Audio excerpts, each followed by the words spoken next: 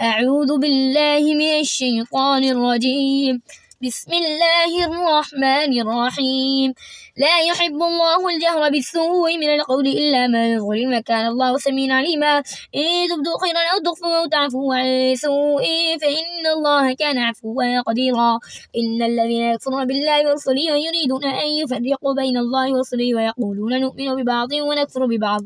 ويريدون أن يتخذوا بين ذلك سبيلا أولئك هم الكافرون حقا، وأعتدنا للكافرين عذابا مهينا. والذين آمنوا بالله ورسله ولم يفرقوا بين أحد منهم أولئك سوف يؤتيهم أجورهم وكان الله غفورا رحيما. يسألك أهل الكتاب أن تنزل عليهم كتابا من السماء فقد سألوا موسى أكبر من ذلك فقالوا أرنا الله جهرة فأخذتهم الصاعقة بظلمهم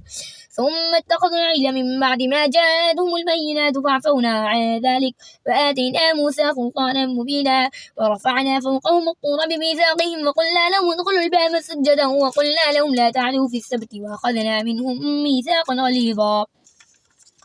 فبما نقضهم ميثاقهم وكفرهم بآيات الله وقتلهم الأنبياء بغير حق وقولهم قلوبنا غلف بل طبع الله عليها بكفرهم فلا يؤمنون إلا قليلا.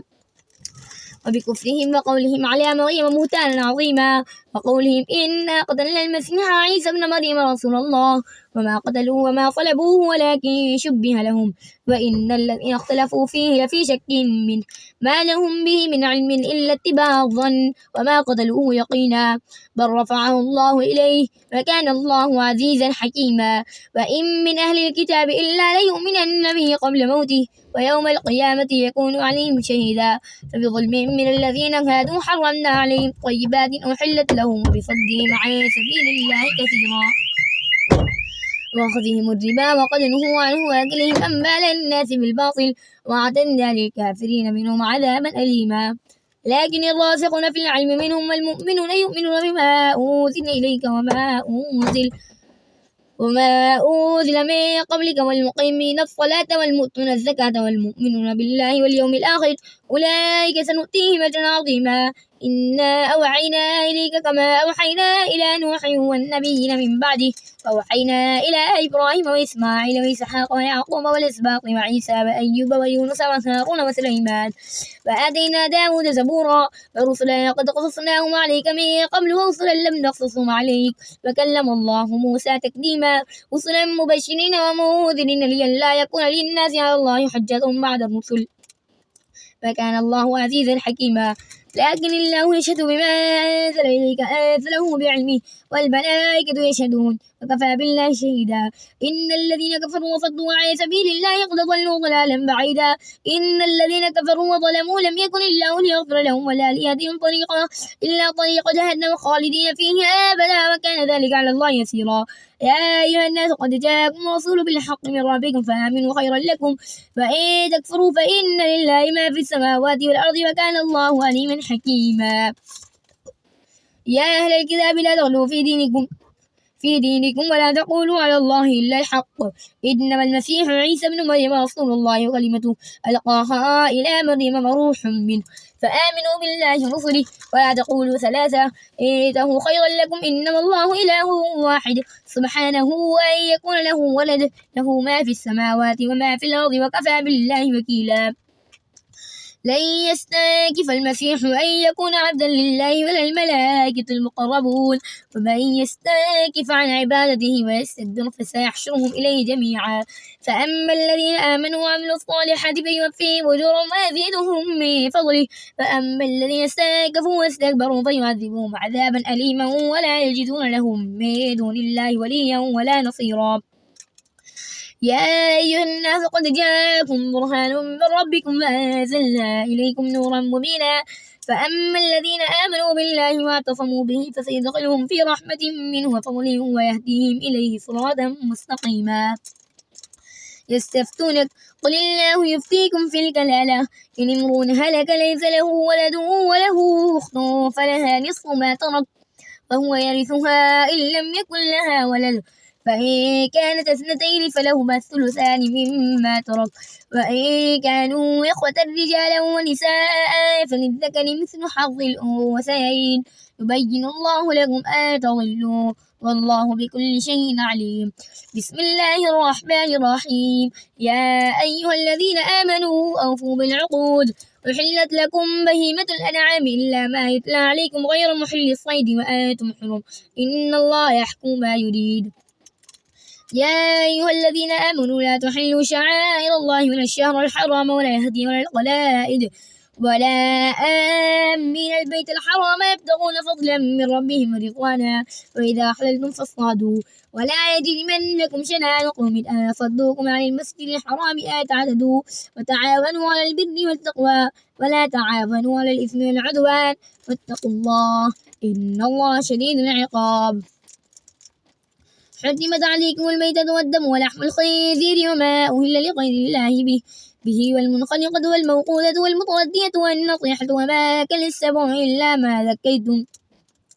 وما ذبح على النصب وأن تستقسموا بالأزلام ذلكم فسق. اليوم يئس الذين كفروا من دينكم فلا تخشوهم واخشون اليوم أكملت لكم دينكم وأتممت عليكم نعمتي ورضيت لكم الإسلام دينا ومن يضطر في مخبصة غير متجانف للإثم فإن الله غفور رحيم. يسألونك ماذا أحل لهم قل أحل لكم الطيبات وما علمتم من الجوارح مكلبين تعلمونهن مما علمكم الله فكلوا مما أمسكنا عليكم واذكروا اسم الله عليه واتقوا الله إن الله سريع الحساب. اليوم أحل لكم الطيبات وطعام الذين أوتوا الكتاب حل لكم وطعامكم حل لهم والمحصنات من المؤمنات والمحصنات من الذين أوتوا الكتاب من قبلكم إذا آتيتموهن أجورهن محصنين غير مسافحين ولا متخذي أخدان ومن يكفر بالإيمان فقد حبط عمله وهو في الآخرة من الخاسرين. يا أيها الذين آمنوا إذا قمتم إلى الصلاة فاغسلوا وجوهكم وأيديكم إلى المرافق وامسحوا برؤوسكم وأرجلكم إلى الكعبين وإن كنتم جنبا فاطهروا وإن كنتم مرضى وعلى سفر أو جاء أحد منكم من الغائط أو لامستم النساء فلم تجدوا ماء فتيمموا صعيدا طيبا فامسحوا بوجوهكم وأيديكم منه ما يريد الله ليجعل عليكم من حرج ولكن يريد ليطهركم وليتم نعمته عليكم لعلكم تشكرون. واذكروا نعمة الله عليكم وميثاقه الذي واثقكم به إذ قلتم سمعنا وأطعنا واتقوا الله إن الله عليم بذات الصدور. يا أيها الذين آمنوا كونوا قوامين لله شهداء بالقسط ولا يجرمنكم شنآن قوم على ألا تعدلوا اعدلوا هو أقرب للتقوى واتقوا الله إن الله خبير بما تعملون. وعد الله الذين آمنوا وعملوا الصالحات لهم مغفرة وأجر عظيم والذين كفروا وكذبوا بآياتنا أولئك أصحاب الجحيم. يا أيها الذين آمنوا اذكروا نعمة الله عليكم إذ هم قوم أن يبسطوا إليكم أيديهم فكف أيديهم عنكم فاتقوا الله وعلى الله فليتوكل المؤمنون. ولقد أخذ الله ميثاق بني إسرائيل وبعثنا منهم 12 رقيبا وقال الله إني معكم لئن أقمتم الصلاة وآتيتم الزكاة وآمنتم برسلي وعزرتموهم وأقرضتم الله قرضا حسنا لأكفرن عنكم سيئاتكم ولأدخلنكم جنات تجري من تحتها الأنهار فمن كفر بعد ذلك منكم فقد ضل سواء السبيل. فبما نقضهم ميثاقهم لعناهم وجعلنا قلوبهم قاسية يحرفون الكلم عن مواضعه ونسوا حظا مما ذكروا به ولا تزال تطلع على خائنة منهم إلا قليلا منهم فاعف عنهم واصفح إن الله يحب المحسنين. ومن الذين قالوا إنا نصارى أخذنا ميثاقهم فنسوا حظا مما ذكروا به فأغرينا بينهم العداوة والبغضاء إلى يوم القيامة وسوف ينبئهم الله بما كانوا يصنعون. يا أهل الكتاب قد جاءكم رسولنا يبين لكم كثيرا مما كنتم تخفون من الكتاب ويعفو عن كثير قد جاءكم من الله نور وكتاب مبين يهدي به الله من اتبع رضوانه سبل السلام ويخرجهم من الظلمات إلى النور بإذنه ويهديهم إلى صراط مستقيم. لقد كفر الذين قالوا إن الله هو المسيح ابن مريم قل فمن يملك من الله شيئا إن أراد أن يهلك المسيح ابن مريم وأمه وما في الأرض جميعا ولله ملك السماوات والأرض وما بينهما يخلق ما يشاء والله على كل شيء قدير. وقالت اليهود والنصارى نحن أبناء الله وأحباؤه قل فلم يعذبكم بذنوبكم بل أنتم بشر ممن خلق يغفر لمن يشاء ويعذب من يشاء ولله ملك السماوات والأرض وما بينهما وإليه المصير. يا أهل الكتاب قد جاءكم رسولنا يبين لكم على فترة من الرسل أن تقولوا ما جاءنا من بشير ولا نذير فقد جاءكم بشير ونذير والله على كل شيء قدير. وإذ قال موسى لقومه يا قوم اذكروا نعمة الله عليكم إذ جعل فيكم أنبياء وجعلكم ملوكا وآتاكم ما لم يؤت أحدا من العالمين. يا قوم ادخلوا الأرض المقدسة التي كتب الله لكم ولا ترتدوا على أدباركم فتنقلبوا خاسرين. قالوا يا موسى إن فيها قوما جبارين وإنا لن ندخلها حتى يخرجوا منها فإن يخرجوا منها فإنا داخلون. قال رجلان من الذين يخافون أنعم الله عليهم ادخلوا عليهم الباب فإذا دخلتموه فإنكم غالبون وعلى الله فتوكلوا إن كنتم مؤمنين. قالوا يا موسى إنا لن ندخلها أبدا ما داموا فيها فاذهب أنت وربك فقاتلا إنا هاهنا قاعدون. قال رب إني لا أملك إلا نفسي وأخي فافرق بيننا وبين القوم الفاسقين. قال فإنها محرمة عليهم 40 سنة يتيهون في الأرض فلا تأس على القوم الفاسقين. واتل عليهم نبأ ابني آدم بالحق إذ قربا قربانا فتقبل من أحدهما ولم يتقبل من الآخر قال لأقتلنك قال إنما يتقبل الله من المتقين قال لأقتلنك قال إنما يتقبل الله من المتقين. لئن بسطت إلي يدك لتقتلني ما أنا بباسط يدي إليك ليقتلك إني أخاف الله رب العالمين. إني أريد أن تبوء بإثمي وإثمك فتكون من أصحاب النار فذلك جزاء الظالمين. فطوعت له نفسه قتل أخيه فقتله فأصبح من الخاسرين. فبعث الله غرابا يبحث في الأرض ليريه كيف يواري سوء أخيه قال يا ويلتى أعجزت أن أكون مثل هذا الغراب فواري سوء أخيه فأصبح من النادمين. من أجل ذلك كتبنا على بني إسرائيل أنه من قتل نفسا بغير نفس أو فساد في الأرض فكأنما قتل الناس جميعا ومن أحياها فكأنما أحيا الناس جميعا. ولقد جاءتهم رسلنا بالبينات ثم إن كثيرا منهم بعد ذلك في الأرض لمسرفون. إنما جزاء الذين يحاربون الله ورسوله ويسعون في الأرض فسادا أن يقتلوا أو يصلبوا أو تقطع أيديهم وأرجلهم من خلاف أو ينفوا من الأرض ذلك لهم خزي في الدنيا ولهم في الآخرة عذاب عظيم. إلا الذين تابوا من قبل أن تقدروا عليهم فاعلموا أن الله غفور رحيم. يا أيها الذين آمنوا اتقوا الله وابتغوا إليه الوسيلة وجاهدوا في سبيله لعلكم تفلحون. إن الذين كفروا لو أن لهم ما في الأرض جميعا ومثله معه ليفتدوا به من عذاب يوم القيامة ما تقبل منهم ولهم عذاب أليم. يريدون أن يخرجوا من النار وما هم بخارجين منها ولهم عذاب مقيم. والسارق والسارقة فاقطعوا أيديهما جزاء بما كسبا نكالا من الله والله عزيز حكيم. فمن تاب من بعد ظلمه وأصلح فإن الله يتوب عليه إن الله غفور رحيم. ألم تعلم أن الله له ملك السماوات والأرض يعذب من يشاء ويغفر لمن يشاء والله على كل شيء قدير. يا أيها الرسول لا يحزنك الذين يسارعون في الكفر من الذين قالوا آمنا بأفواههم ولم تؤمن قلوبهم ومن الذين هادوا سماعون للكذب سماعون لقوم آخرين لم يأتوك يحدثون الكلم من مواضعه يقولون إن أوتيتم هذا فخذوه وإن لم تؤتوه فاحذروه ومن يرد الله فتنته فلا تملك له من الله شيئا أولئك الذين لم يرد الله أن يطهر قلوبهم لهم في الدنيا خزي ولهم في الآخرة عذاب عظيم سماعون للكذب أكالون للسحت فإن جاءوك فاحكم بينهم أو أعرض عنهم وإن تعرض عنهم فلن يضروك شيئا وإن حكمت فاحكم بينهم بالقسط إن الله يحب المقسطين وكيف يحكمونك وعندهم التوراة فيها حكم الله ثم يتولون من بعد ذلك وما أولئك بالمؤمنين إنا أنزلنا التوراة فيها هدى ونور يحكم بها النبيون الذين أسلموا للذين هادوا والربانيون والأحبار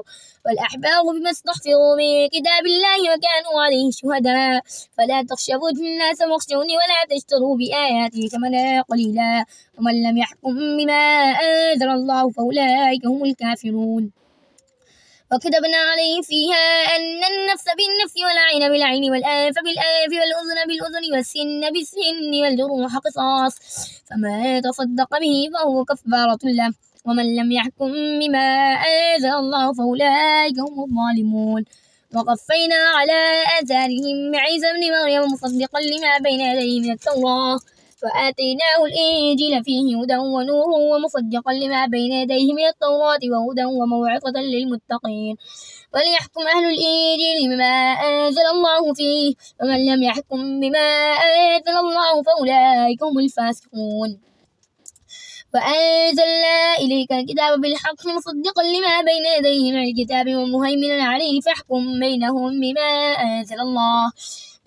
أنزل الله ولا تتبع أهواءهم عما جاءك من الحق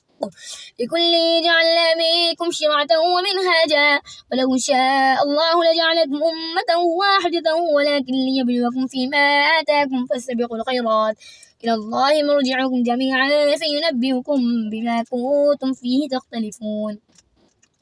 وأن يحكم بينهم بما أنزل الله ولا تتبع أهواءهم واحذرهم أن يفتنوك عن بعض ما أنزل الله إليك فإن تولوا فاعلم أنما يريد الله أن يصيبهم ببعض ذنوبهم وإن كثيرا من الناس لفاسقون أفحكم الجاهلية يبغون ومن أحسن من الله حكما لقوم يوقنون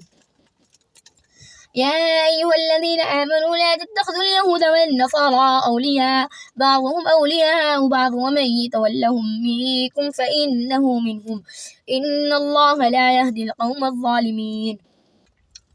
فترى الذين في قلوبهم مرض يسارعون فيهم يقولون نخشى أن تصيبنا دائرة فعسى الله أن يأتي بالفتح أو أمر من عنده فيصبحوا على ما سموا في أنفسهم نادمين ويقول الذين آمنوا وهؤلاء الذين أقسموا بالله جهد أيمانهم إنهم لمعكم حبطت أعمالهم فأصبحوا خاسرين يا أيها الذين آمنوا من يرتد منكم عن دينه فسوف يأتي الله بقوم يحبهم ويحبونه أذلة على المؤمنين أعزة على الكافرين يجاهدون في سبيل الله ولا يخافون لومة لائم ذلك فضل الله يؤتيه من يشاء والله واسع عليم إنما وليكم الله ورسوله والذين آمنوا الذين يقيمون الصلاة ويؤتون الزكاة وهم راكعون ومن يتولى الله ورسوله والذين آمنوا فإن حزب الله هم الغالبون يا أيها الذين آمنوا لا تتخذوا الذين اتخذوا دينكم هزوا ولعبا من الذين أوتوا الكتاب من قبلكم والكفار أولياء واتقوا الله إن كنتم مؤمنين وإذا ناديتم إلى الصلاة اتخذوها هزوا ولعبا ذلك بأنهم قوم لا يعقلون قل يا أهل الكتاب هل تنقمون من دائب لا آمنا بالله وما أنزل إلينا وما أنزل من قبل وأن أكثرهم فاسقون قل هل ننبئكم بشر من ذلك مثوبة عند الله بل لعنه الله وغضب عليه وجعل منهم القردة والخنازير وعبد الطاغوت أولئك شر مكانا وضلوا عن سواء السبيل وإذا جاءوكم قالوا آمنا وقد دخلوا بالكفر وهم قد خرجوا به والله أعلم بما كانوا يكتمون وترى كثيرا منهم يسارعون في الإثم والعدوان وابنهم السخط لبئس ما كانوا يعملون لولا أنهاهم الربانيون والأحبار عن قولهم الإثم وأكلهم السخط لبئس ما كانوا يصنعون وقالت اليهود يد الله مغلولة غلت أيديهم ولعنوا بما قالوا بل يداه مبسوطتان ينفق كيف يشاء وليزيدن كثيرا منهم ما أنزل إليك من ربك طغيانا وكفرا وألقينا بينهم العداوة والبغضاء إلى يوم القيامة كلما أوقدوا نارا للحرب أطفأها الله ويسعون في الأرض فسادا والله لا يحب المفسدين ولو آتنا أهل الكتاب آمنوا واتقوا لكفرنا عنهم سيئاتهم ولأدخلناهم جنات النعيم ولو أنهم أقاموا التوراة والإنجيل وما أنزل إليهم من ربهم لأكلوا من فوقهم ومن تحت أرجلهم منهم أمة مقتصدة وكثير منهم ساء ما يعملون يا أيها الرسول بلغ ما أنزل إليك من ربك وإن لم تفعل فما بلغت رسالته والله يعصمك من الناس إن الله لا يهدي القوم الكافرين قل يا أهل الكتاب لستم على شيء حتى تقيموا التوراة والإنجيل وما أنزل إليكم من ربكم ولا يزيدن كثيرا منهم ما أنزل إليك من ربك طغيانا وكفرا فلا تأس على القوم الكافرين إن الذين آمنوا والذين هادوا والصابئون والنصارى من آمن بالله واليوم الآخر وعمل صالحا فلا خوف عليهم ولا هم يحزنون لقد أخذنا ميثاق بني إسرائيل وأرسلنا إليهم رسلا كلما جاءهم رسول بما لا تهوى أنفسهم فريقا كذبوا وفريقا يقتلون وحسبوا ألا تكون فتنة فعموا وصموا ثم تاب الله عليهم ثم عموا وصموا كثير منهم والله بصير بما يعملون لقد كفر الذين قالوا إن الله هو المسيح ابن مريم وقال المسيح يا بني إسرائيل اعبدوا الله ربي وربكم إنه من يشرك بالله فقد حرم الله عليه الجنة ومأواه النار وما للظالمين من أنصار لقد كفر الذين قالوا إن الله ثالث ثلاثة وما من إله إلا إله واحد وإن لم ينتهوا عما يقولون ليمسن الذين كفروا منهم عذاب أليم أفلا يتوبون إلى الله ويستغفرونه والله غفور رحيم ما المسيح ابن مريم إلا رسول قد خلت من قبله الرسل وأمه صديقة كانا يأكلان الطعام انظر كيف نبين لهم الآيات ثم انظر أنا يؤفكون قل تعبدون من دون الله ما لا يملك لكم ضرا ولا نفعا والله هو السميع العليم قل يا أهل الكتاب لا تغلوا في دينكم غير الحق ولا تتبعوا أهواء قوم قد ضلوا من قبل وضلوا كثيرا وضلوا عن سواء السبيل لعن الذين كفروا من بني إسرائيل على لسان داود وعيسى بن مريم ذلك بما عصوا وكانوا يعتدون كانوا لا يتناهون عن منكر فعلوا لبئس ما كانوا يفعلون ترى كثيرا منهم يتولون الذين كفروا لبئس ما قدمت لهم أنفسهم أن سخط الله عليهم وفي العذاب هم خالدون ولو كانوا يؤمنون بالله والنبي وما أنزل إليه ما اتخذوهم أولياء ولكن كثيرا منهم فاسقون لتجدن أشد الناس عداوة للذين آمنوا اليهود والذين أشركوا ولتجدن أقربهم مودة للذين آمنوا الذين قالوا إنا نصارى ذلك بأن منهم قسيسين ورهبانا وأنهم لا يستكبرون صدق الله العظيم.